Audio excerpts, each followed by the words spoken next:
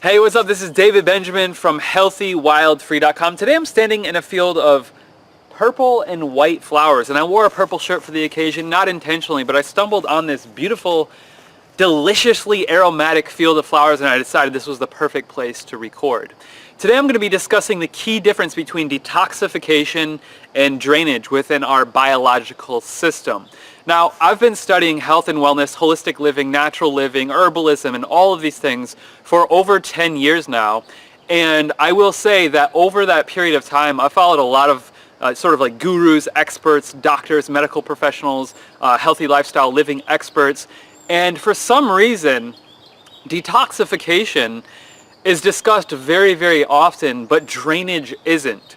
So the reason I'm making this video today is to create a distinction between those two pathways in the body to better help you understand what does what, first of all, and which should be prioritized and which is more important, because they're both vitally important. But if one comes before the other and we don't understand the dynamic of these two correlating together, then we're not fully benefiting in our health and wellness routine, habits, and lifestyle. So first things first, let's give sort of a definition or an overview of what detoxification and what drainage is. Detoxification is the removal of toxicity or waste or synthetic chemicals or things like that at the cellular level. So what that means is that at the cellular level, the cellular membrane is removing or excreting these toxins from the cells. So, our entire body is made of cells. So you could detoxify your brain, your cardiovascular system, your gut, your muscles, and in any area of your body. But really the definition of detoxification is removal of these toxins at a cellular level. And drainage, on the other hand, is excretion, keyword excretion, of these toxins from the pathways of the body that they are meant to excrete from. What are those pathways? Mainly being the gut, the digestive system. So we're looking at the liver, bile, the colon, the actual excretion, the bowel movement, removing these toxins, and then the lymphatic system, lungs, and skin. These are the excretion or drainage organs of the body, drainage systems of the body. So when experts talk about detoxification, for example, and they have, a product that they're recommending or some sort of detoxification protocol, typically, and not all the time, but I would say probably 80% of the time, the detoxification protocol is focused on, removing toxicity at a cellular level.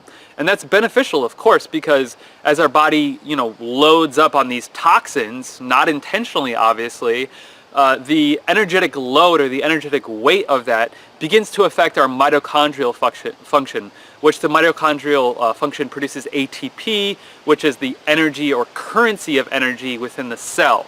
So the body needs this energy, the body needs this vitality, and when the toxic load is heavy and it starts to burden the body, it will suppress systems and processes in the body that regulate function, that regulate things such as hormones or circulation, cardiovascular output, health of the heart, and VO2 max, which has to do with your oxygen or the oxygen capacity of your lungs. The bigger capacity, the better.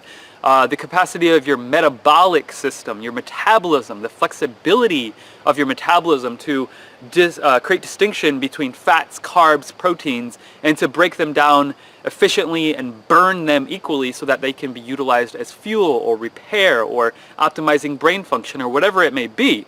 So detoxification is very valuable, and most people are preaching and talking about detoxification, and I don't take any of that away from them. However, detoxification does come first and drainage does come second in terms of how people view and prioritize that. I would recommend looking at drainage first and prioritizing drainage first, because if we were to look at it like a funnel, we would have detoxification of the cells and different organs and systems within the body first at a cellular level, but then as it comes down the funnel and as it really excretes from our body from top down, so to speak, the colon is the last organ that is draining these things out of the body, at least in the sense of the bowel movement, right? So drainage is really, in my mind, a priority over detoxification. And here's why. I want to tell you a quick story to illustrate this very eloquently. I had a friend who, I forget the health issue she was dealing with, but I don't know exactly what it was pain or inflammation, something like that. And I said, oh, well, I have this, great product that might help you out. So I gave her this supplement that was meant to enhance circulation. Okay, so it benefits circulation, does all these things. There's a blend of multi-herbals that enhances circulation. So I gave her this pill, or a few pills of these, and within about 15 minutes she had a horrible headache. Now, I look back on that and I go, wow, I made a mistake there, because I gave her something that I thought would help, which, for most people it may help, or maybe not most people, but people that are, don't have a toxic load in their body. What I didn't realize was that the circulation enhancing pill that I gave her was actually just circulating toxins. So her body had detoxified these whatever it was from at the cellular level, but then they were circulating in her body and they were causing inflammation or pain. So I thought more circulation would enhance that. I was wrong. I was incorrect. I was focusing on the circulation to sort of enhance the detoxification process, which had already been kicked off in her body. What would have more benefited her would be if I would have given her something that had benefited drainage. So something for the kidneys, the colon, the liver, or something that enhanced sweating, or breath work, or something of that nature, or lymphatic drainage. Okay, so it's important to focus on drainage. If we're looking at the systems as a whole, detoxification and drainage are both very important. But if we're detoxifying and not draining, all that we're doing is removing toxins from the cellular level, but then they just recirculate throughout the body, and then they store and lodge themselves in the knees, or your elbows, or your neck, or any area of the body, or the digestive system, or whatever it may be, the lungs, whatever it may be. So if I were to prioritize, and if I were to work with you on a client level, I would prioritize drainage, because as the drainage systems are optimized, the detoxification then is actually excreted from the body, and those toxins don't recirculate in the body. That's the main message of this video, essentially. So beyond that, so detoxification is important, and I could talk about that, and there's a lot of people already talking about that, so I don't want to focus on that. I want to get a little bit more tactical and go a little bit deeper with you on drainage. So what do we have in regards to drainage? Well, the first line of drainage is the lymphatic system. The lymphatic system is comprised of 3 components: hydration, water, movement, I'll make it easy for you. There's an acronym that I created. Movement, which is M, oxygen, which is O, and then water, so it's MO. The 3 components of lymphatic stimulation, lymphatic drainage, are MO: movement, oxygen, hydration. So if you move, you're going to consume and utilize more oxygen, and then you're going to rehydrate, so hydrate. So mow your lymphatic system. And if you mow your lymphatic system, move, oxygenate, hydrate, you're going to stimulate the movement and the flow of your lymphatic system. And by the way, lymph, the word L-Y-M-P-H, in the Latin and Greek break down to goddess of water and goddess of spring. So it's really about the water, because water contains H2O is hydrogen and oxygen. So that's 2 of the 3 components. But if you're moving, you're consuming more water and oxygen. So mow your lymphatic system. That's a very essential thing for the drainage of your detoxification process, whatever you want to call it. So lymphatic system is one of the first things you want to focus on, because your lymphatic system is the water that runs throughout your entire body, and it's the 4th phase of water. So not to get too technical or whatever, but it's this sort of sponge-like gelatinous phase of water that needs sunlight, movement, oxygen, and water. So long story short, move, oxygenate, hydrate your lymphatic system, and that's the first line of defense for draining these toxins that have been detoxified at the cellular level from whatever detoxification protocols you're utilizing. So that's the first thing, is lymphatic system. The second thing is lung health. So it kind of lends itself when you're mowing your lymphatic system to movement, oxygen, hydration. You're breathing more. But you can also just simply do breath work. So if you just sit down and take some deep breaths, inhale through your nose, and deep into your diaphragm. Your stomach should actually expand as you're breathing, and just doing some deep breath work is very essential and very important because it allows your body to exhale toxins through the carbon dioxide through your breath, through your lungs. And if you're wearing a mask, that doesn't work because you're actually just breathing it into your mask and then you're re-inhaling those toxins, and then you're not fully draining. So take the mask off and actually breathe oxygen in, carbon dioxide out. It's very important for draining toxins. It's actually very, very important. So that's the second thing. And then you have your skin, another drainage pathway. Your skin, the best thing to drain toxins from your skin is to simply sweat. It's very simple. Get outside on a hot summer day in the sunshine and sweat. Move your body, sweat, sweat, sweat. Get in an infrared sauna or a regular sauna, sweat. What I like to do, because I don't have a sauna, and it's sometimes, back in Michigan right now, sometimes it gets a little cool, is that on a hot summer day, I'll jump in my car and I won't open the windows and air out the hot air, and I'll just sweat. I'll sit in there for 5 minutes driving and get the sweat out, and then once I'm like, okay, I got some toxins out, then I'll roll down the windows, get the cool air in, or turn the air on, or whatever.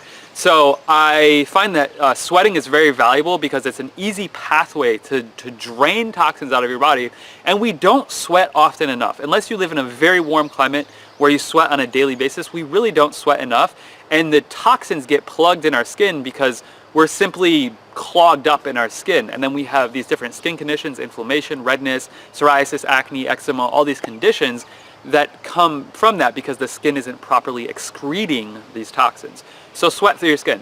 And then we have, that's the lymphatic system, the lungs, and the skin. Those have to do with movement, sweating, oxygen, hydration, right? And then we have the digestive system, which is comprised of the liver and bile and colon. So for the liver, bile production, and colon, what you simply want to do is get lots of probiotics in your diet. So we're talking sauerkraut, kimchi, kombucha, water kefir, fermented pickled beets and turnips and vegetables. Whatever you can get in your diet, fermented vegetables, that's good, positive bacteria that feeds your microflora, your gut flora. And then we have prebiotics, which prebiotic is a form of fiber that helps to remove things from the gut, but then give it a fertile soil condition for healthy bacteria to grow. So artichokes, cacao, bananas, baobab powder, I love. It's a superfood from Africa. All of these are incredibly valuable for the health of the colon specifically, and also the liver. Beetroots, lemons, what else? There's so many things. Ginger, turmeric, all these things are really great for colon and liver health. And bile production, by the way, is 85% water. So if you're not properly hydrated, I want to go a little bit deeper into hydration. And this is I'm going to do a whole other video on this because it's so very important. Hydration is so incredibly important for bile production because 85% of bile is actually water. So if you're not properly hydrated, the bile cannot actually produce. And oftentimes we think, okay, just drink more water. It's not that simple. Hydration is actually it's a very complex process, and it's not about drinking more water, because if your body isn't retaining the fluid that you're drinking, you'll actually just drink more water and then pee it out, and you'll still be dehydrated. So you could drink more water all day long, but if you're not retaining that hydration and it's not penetrating the cell through a process called osmosis, which is required to have minerals to properly retain and hydrate, then you're not going to be properly hydrated and you're just going to pee all that water out. So it's very important to get proper mineral uptake in your diet and in your body, and supplement routine if you need to, in order to stay properly hydrated. So what does it take as far as minerals are concerned to properly hydrate, which properly allows your body to drain, and the pathway of detoxification, drainage properly, and that lineage, so to speak? You need potassium, magnesium, phosphate, calcium, and sodium. So you need an electrolyte profile and all of these minerals, these electrolytes and minerals, to properly retain the water that you drink so that it can, through the process of osmosis, cross that cellular membrane and hydrate your cells at a cellular level. So it's giving your lymphatic system hydration, it's giving your cells hydration, so that you're detoxifying and draining through that entire funnel, so to speak. So this video is a lot longer than I intended it to be. This is something I could literally talk about for an hour probably. It's probably a whole podcast, to be honest. But I just wanted to help create the strategic distinction between detoxification, which is at the top of the line, and drainage, which is at the bottom, and help you understand that drainage is where you actually need to start, because if these excretion organs and systems, the colon, liver, bile, lymphatic system, skin, and lungs are not properly optimized and healthy, then the detoxification of the toxins at a cellular level will just recirculate throughout the body. Whereas if this pathway is open, the detoxification can flush through it like a pipe. So strategically speaking, you want your body to drain properly before you try to optimize your detoxification protocol, and that allows the detoxification protocol to properly excrete these toxins out of the body so that your body is clean and pure, your circulation is purified, your mitochondrial function is lifted, your metabolic system is more flexible and optimized, your metabolism and your gut and your immune system all work better, and everything is optimized from that place. So the key difference between detoxification and drainage is that detoxification is important, but drainage should always come first. And if you're not properly draining, the detoxification will give you a lot of those symptoms that people talk about. Oh, I have detox symptoms. Well, you wouldn't have as many detox symptoms, headaches, pain, energy issues. All these issues that people have that are detox symptoms are actually not really that healthy because the body isn't properly draining. It's very important to understand that. So I hope this video was valuable to me. This is something that literally took me years to learn. And if it wasn't for my mom, who's a naturopathic practitioner, I wouldn't have learned this so incredibly well. So I'm thankful to her, and I took it as far as I could. So hopefully this is valuable to you. If you learned something from this video, please do me a favor and like this video, smash the like button, leave a comment below, leave any questions you have. I'm more than happy to answer the question, any questions that you have.